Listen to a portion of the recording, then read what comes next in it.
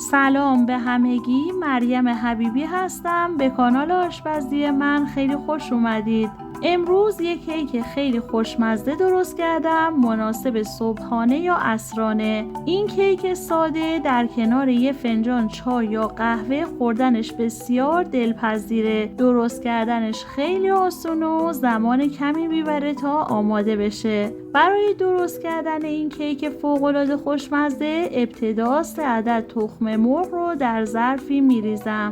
کمی نمک و 100 گرم شکر معادل نصف پیمانه اضافه می کنم.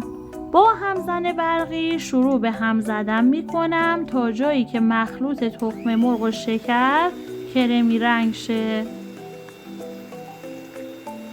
وقتی که مخلوط تخم مرغ و شکر به این حالت کرمی رنگ و کشدار شد، 1/4 قاشق چایخوری وانیل و 70 گرم روغن مایع معادل 1/3 پیمانه به بقیه مواد اضافه می کنم و با همزن برقی کمی هم می زنم.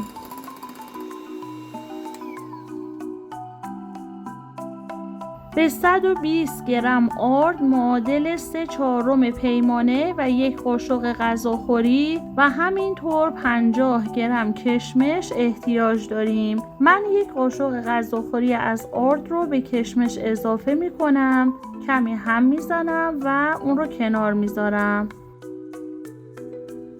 1 قاشق چایخوری بیکینگ پودر رو به آرد اضافه می کنم و با آرد مخلوطش می کنم. حالا آرد رو به همراه بیکینگ پودر داخل الک می ریزم و الک می کنم. خوب هم می زنم تا آرد با بقیه مواد کیکمون کاملا مخلوط بشه. دوستان عزیز، آموزش‌های متنوعی از کیک و شیرینی و دسر داخل کانال هست. میتونید کانال رو سابسکرایب کنید، عضو کانال شید و از این آموزش‌ها استفاده کنید. لطفاً زنگ رو هم فعال کنید تا اگر ویدیوی جدیدی گذاشتم مطلع شید.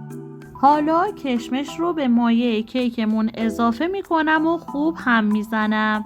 وقتی که مایع کیکمون به این صورت کاملا یک دست شد، اون رو داخل قالب میریزم. من برای این کیک از 2 تا قالب مینی لوف استفاده کردم. شما میتونید از یک قالب لوف متوسط هم استفاده کنید. من روی کیک ها رو مقداری مغز گردوی خرد شده میریزم و بعد اونها رو داخل فر از قبل گرم شده در دمای 170 درجه سانتیگراد به مدت 30 تا 40 دقیقه قرار میدم تا کیک هامون بپزه. بعد از این زمان کیک های خوشمزه ما آماده میشه. بافت این کیک ها فوق العاده نرم و پنبه‌ایه. پیشنهاد میکنم حتما درستش کنید. خیلی ممنون که تا انتهای این ویدیو همراه من بودید.